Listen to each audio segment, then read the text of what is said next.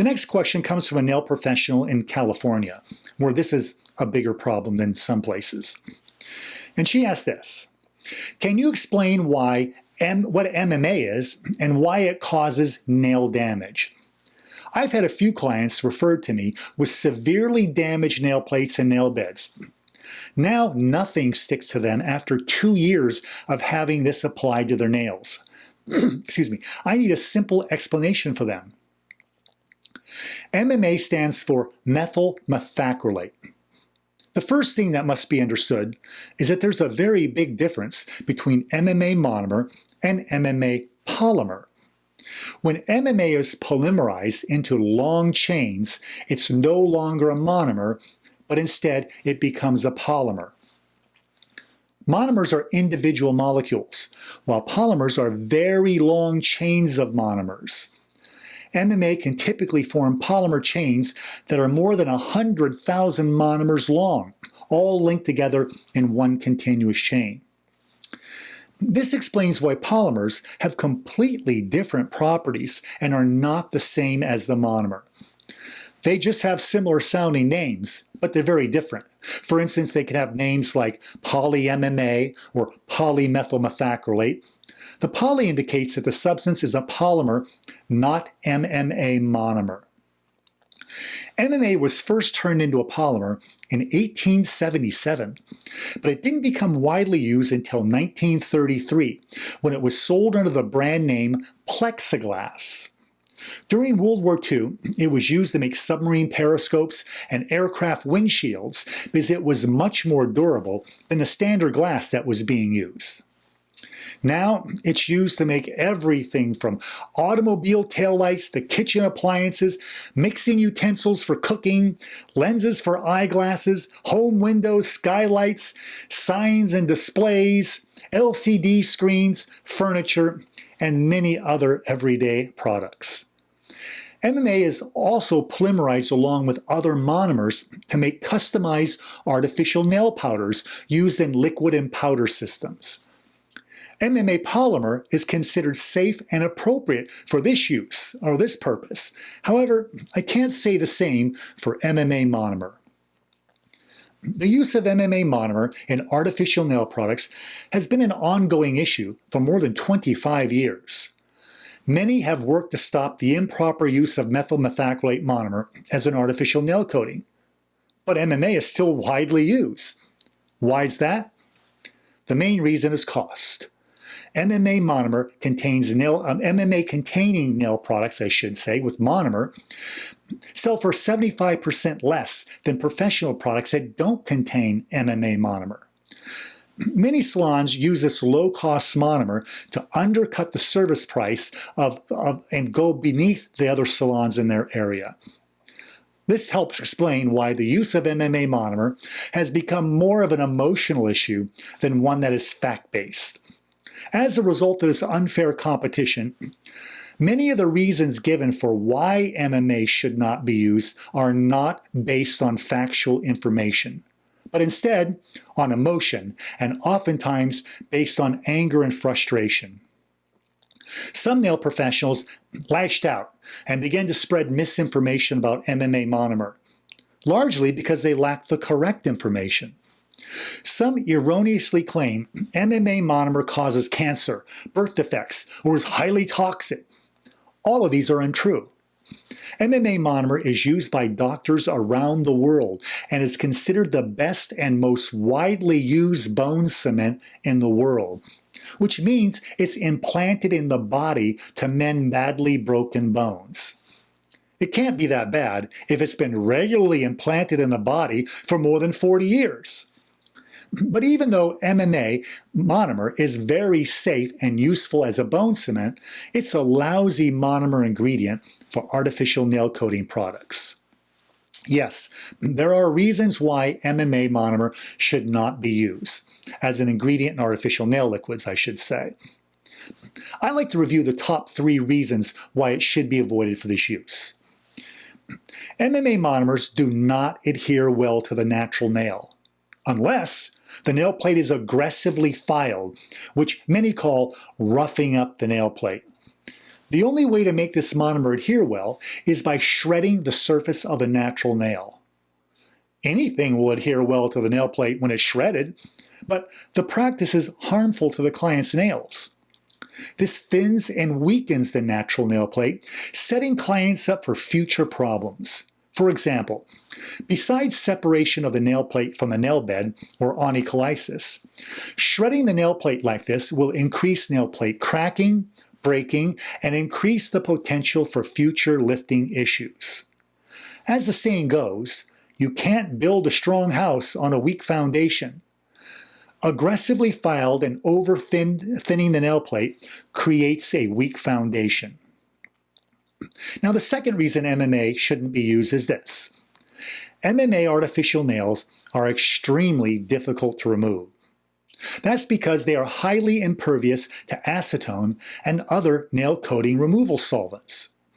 MMA coatings often become brittle and discolor quickly and must be removed every 3 or 4 months, rather than to allow the enhancement to be continually rebalanced without the need for frequent removal, which is normally done with traditional liquid and powder enhancements.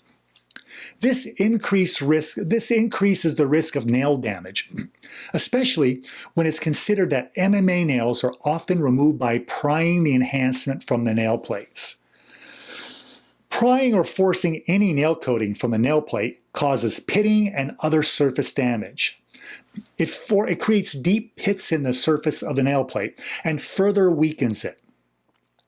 The third reason is that MMA artificial nails are extremely rigid and very difficult to break.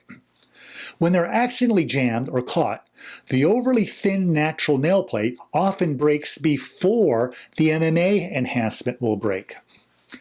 This can lead to serious nail plate cracks right through to the nail bed and even infections.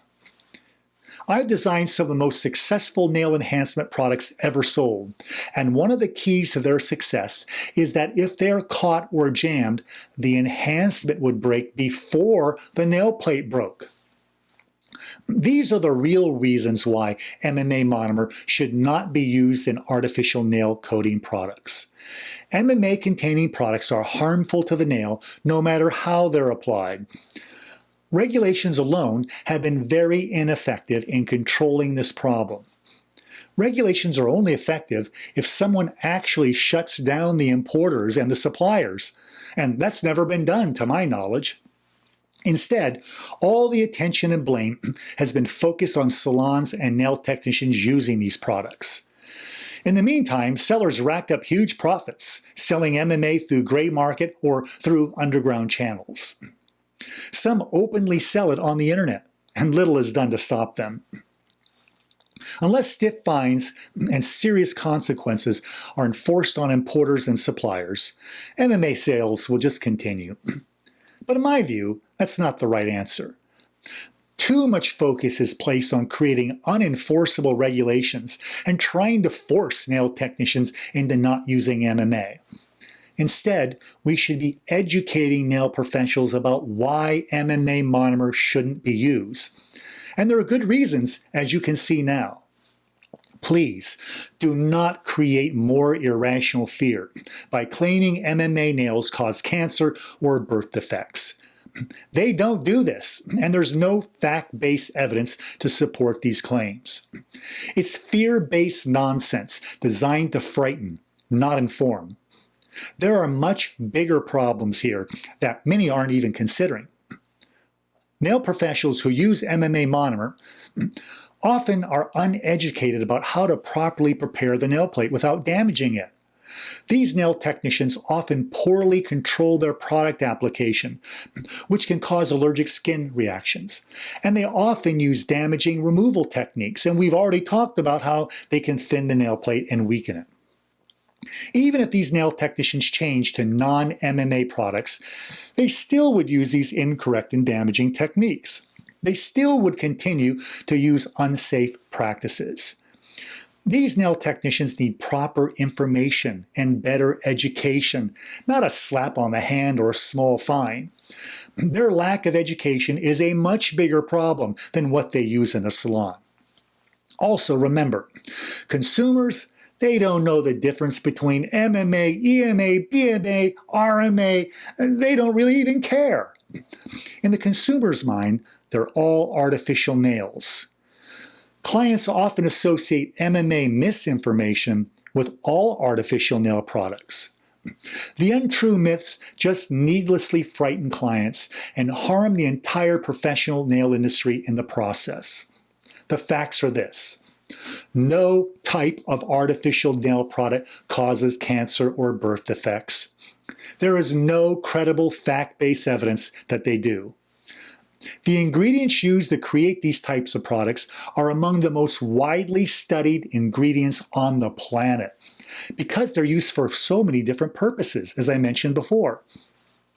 Please, teach clients about the disadvantages of wearing MMA enhancements, and don't repeat scary stories and myths. Clients need to understand why they should be avoiding patronizing salons that use MMA products. And that reason is to protect their nails from weakness, damage, and the potential for infection. This is why non-MMA products are far superior and much better for the natural nail. Remember, an educated client is the best inspector and the best defense against salons that use MMA monomer. So teach your clients well. Tell them why they should be avoiding MMA. Explain to the clients that when artificial nail coatings are properly applied, they should not cause the problems I've just described. Explain these potential problems are easily avoided by using high-quality professional products, proper application, and proper removal techniques. Clients should never feel pain, or have skin redness, or irritation, or suffer nail damage as a result of any nail service. Yet this can happen when any type of artificial nail coating is used improperly, and it's also easy to avoid when they're used correctly.